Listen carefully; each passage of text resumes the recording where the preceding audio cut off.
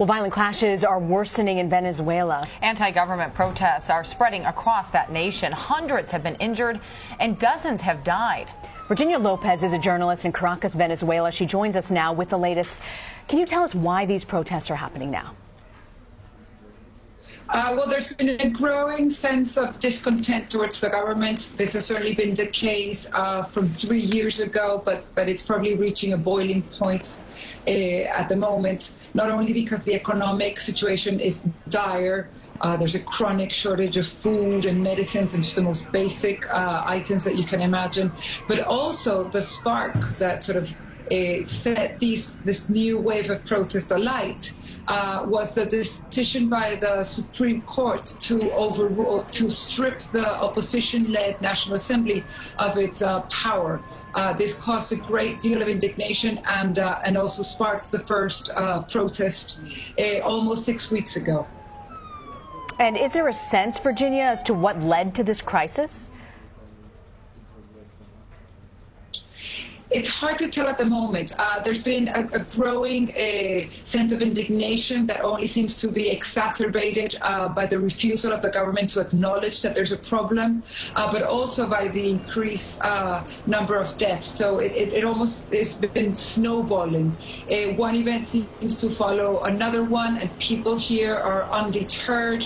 I've seen this wave of protest 2 years ago, and at the time, the protests kept on getting smaller. On this occasion, they just keep on getting bigger, and people seem to be more resolute that they're not going to abandon the streets and that this must continue until there's a change of government or until the government calls for elections. It seems like the government is portraying the opposition here as terrorists. Is that why this demonstration has become so violent? Because they're not going to take that? And once these became deadly protests, I can't believe that they're still so out of control. What is leading to the violence being escalated? Well, certainly the fact that the government has, like I said, has neglected to understand that the discontent is widespread has fueled greater anger.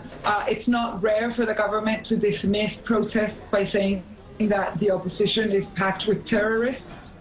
But what's different this time around is that people are not only angry at the government, so that there's a political crisis, there's also a huge crisis at within the health sector. Illnesses that have been long eradicated, like malaria, are having a huge comeback.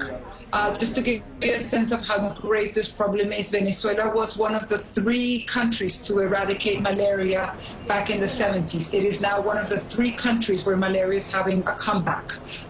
This type of dire situation is just repeated all along the board, not only in the health sector, but in the economy. The crime rate here is soaring. So what you're seeing is a juxtaposition of crises that are just basically translating into a growing discontent and more civilians joining in on these protests.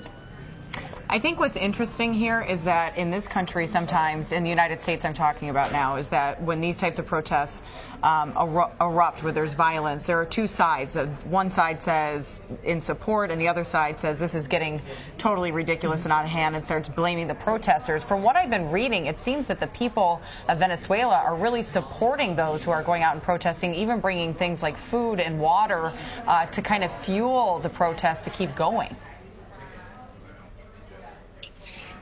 Well, what you have to understand is that the government is now it has a support of perhaps a little below 20%. So these young protesters, which are definitely a sort of stable feature of the protest, have earned a lot of the support from the people. They're very much seen as like the young, fresh generation that is somehow fighting back the security forces.